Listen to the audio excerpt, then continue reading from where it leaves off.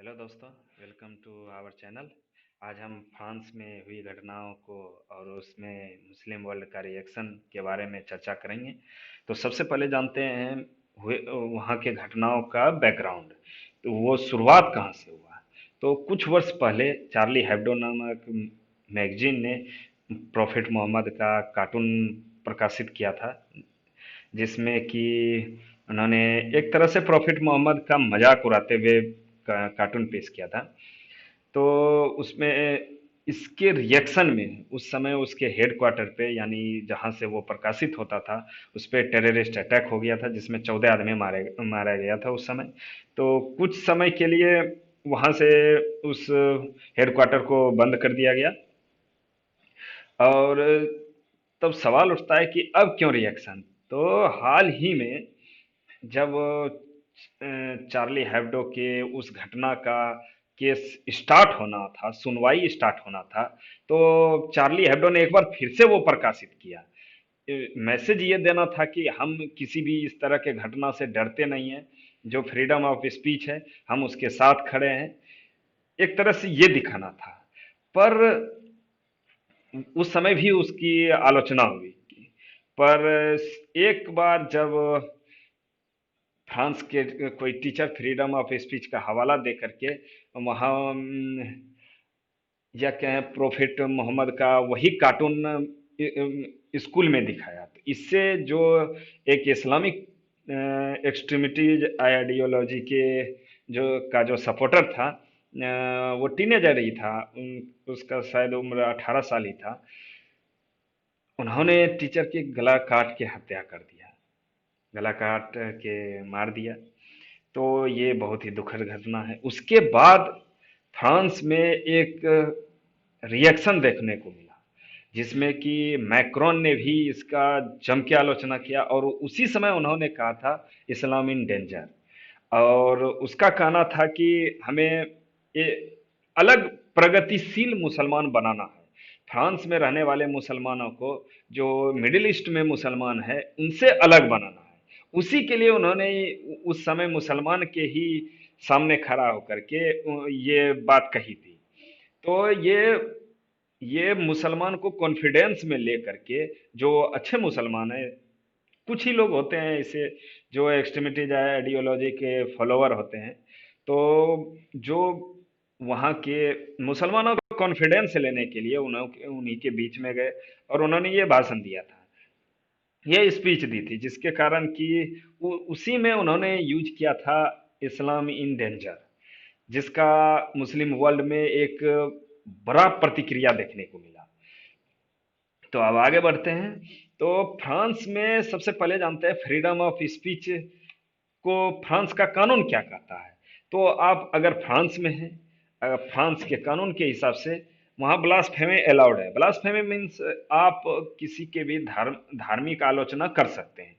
इसी कारण फ्रांस में मैक्सिमम लोग, वहाँ के मैक्सिमम लोग क्रिश्चियन होने के बावजूद भी वो अपने आप को किसी धर्म के नहीं मानते।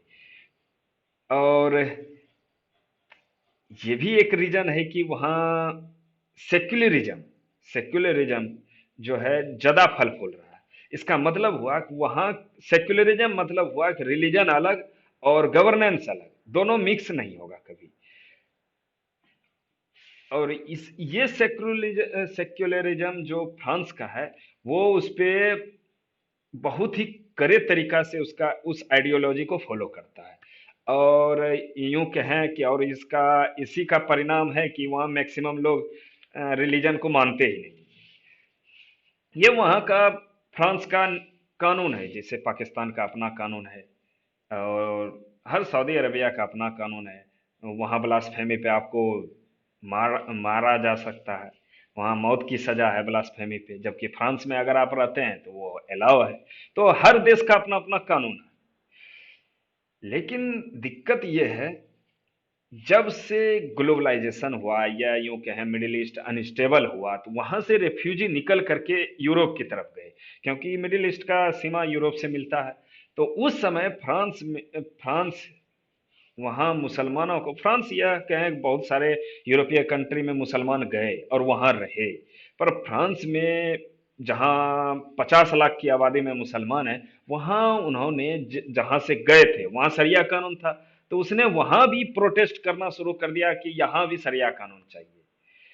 ज्यादा, हालांकि इसका आबादी ज्यादा नहीं था, पर प्रोटेस्ट हुआ था।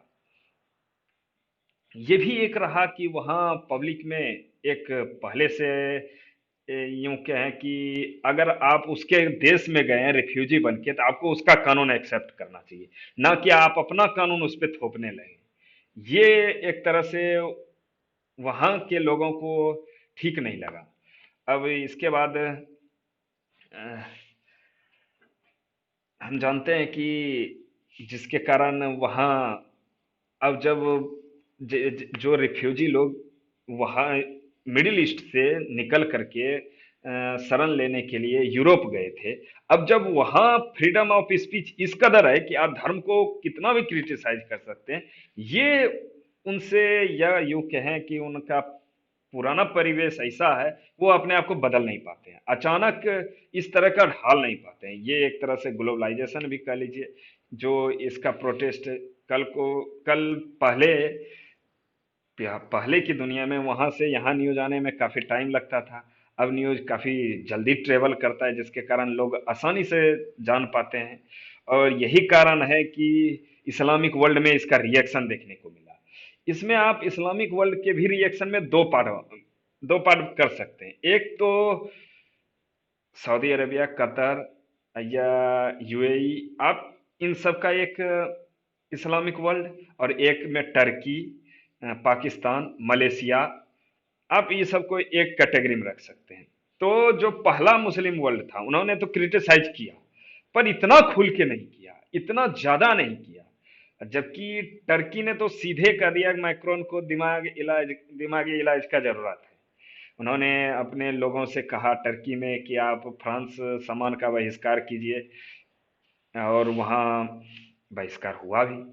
इसी तरह पाकिस्तान के prime minister mister Imran Khan, उन्होंने ट्वीट किया कि ये इस्लामोफोबिया है, मैक्रोन को इस्लामोफोबिया हो गया है। और उसमें उसने बोला भी कि हम मुस्लिम लीडर को ये बनता है कि हम वेस्टर्न कंट्री को समझाएं कि इस्लाम भी उसी तरह है जिस तरह सभी धर्म है। तो सवाल उठता है,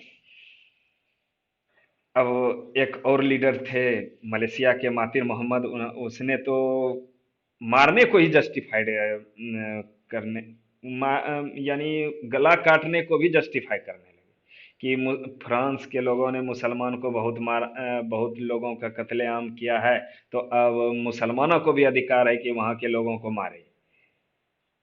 आप सोचिए किस तरह के लीडर हैं मुस्लिम वर्ल्ड में जो इस तरह का स्टेटमेंट दे रहे हैं। हालांकि ट्विटर ने उसके ट्वीट को डिलीट कर दिया, लेकिन आप जरा सोचें, वो कुछ समय पहले ही मलेशिया के प्राइम मिनिस्टर थे, उनकी कितनी, कैसी आइडियोलॉजी है, कैसे सबसे उम्रदराज मुस्लिम कंट्री के लीडर हैं, 95 साल उनका एज है, वो इस तरह के स्टेटमेंट दे रहे हैं।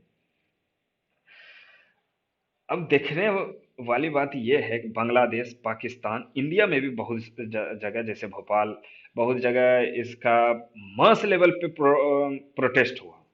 तो इसमें सवाल ये उठता है, क्या फ्रीडम ऑफ स्पीच के नाम पे इतना छूट देना चाहिए? और दूसरा सवाल ये है कि अगर उसने एक कार्टून प्रकाशित कर दिया, क्या उसके लिए, और जिसने मारा उसको बगैर क्रिटिसाइज किए, जितना भी प्रोटेस्ट हुए उसमें कहीं आप देखिएगा, कहीं होल्डिंग में ये नहीं लिखा हुआ है कि उसने जो मारा उसका हम आलोचना करते हैं।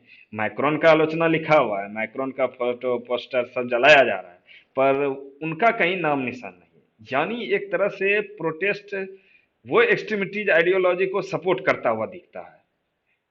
आप एक तरह से समझिए कि अगर आप उस आइडियोलॉजी को सपोर्ट करते हैं, मैक्रोन का आप एक, अगर वो सिर्फ मुस्लिम को ये कहता है मुस्लिम इस्लाम इन डेंजर, वो भी उनका गलत इंटेंसिटी नहीं था, पर आप उसका आलोचना करते हैं। पर उन्होंने, जो लोग ने वहां के लोगों का गला काट दिया, आप उसका विरोध नहीं करते हैं। ये तो मेन विवाद, मेन जो दिक्कत है वो इसी जगह है। अब सवाल उठता है, क्या अगर इतना सा आलोचना कर दिया तो क्या उसके लिए इतना बड़ा रिएक्शन जरूरी है?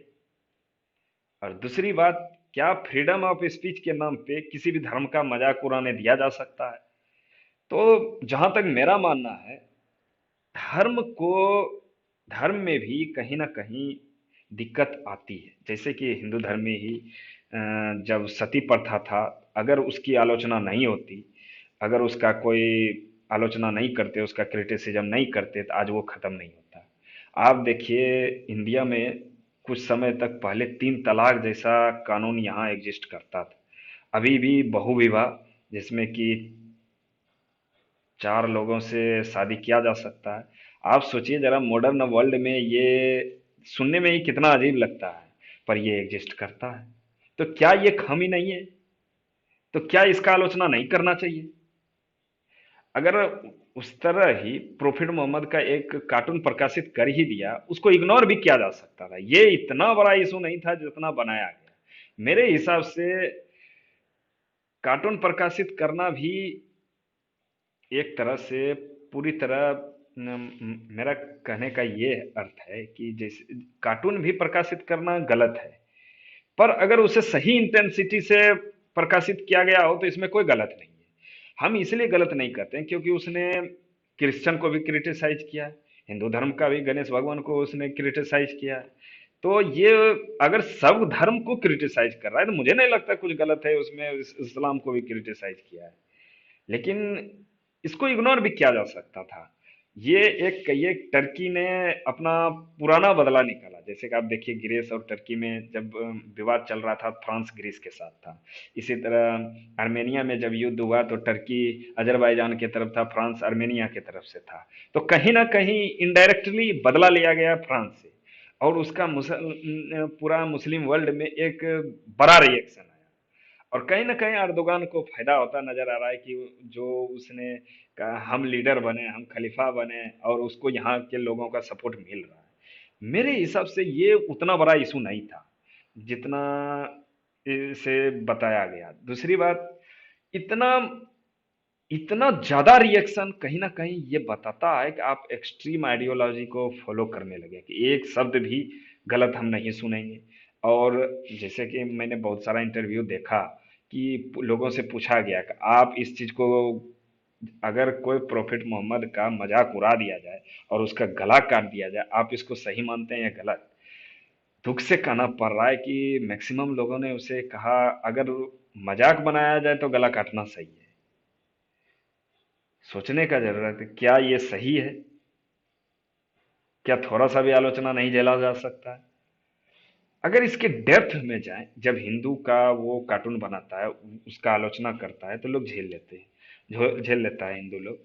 और क्रिश्चियन का भी जब आलोचना करता है तो वो लोग भी झेल लेता है, तो फिर मुस्लिम क्यों नहीं? तो हम्म, तो इसमें यही है कि अगर आप नहीं झेल पाते, ऐसे आप देखेंगे जब पढ़े लिखे मुसलमान से भी बात करेंगे या उनके विचार को भी सुनेंगे, तो आपको ऐसा नहीं लगेगा कि वो कोई इस चीज को सपोर्ट करता है।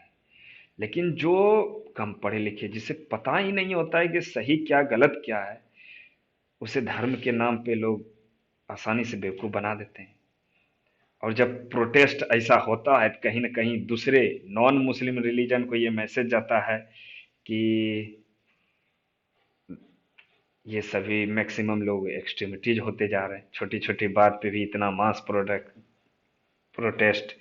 और वो गला काट देता है, उस पे एक मुस्लिम वर्ल्ड से कोई आलोचना नहीं आता है।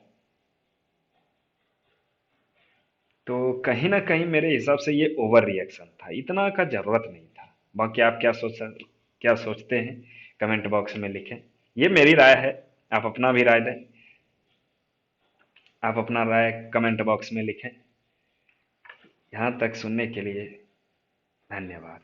Thanks for watching. Sign of.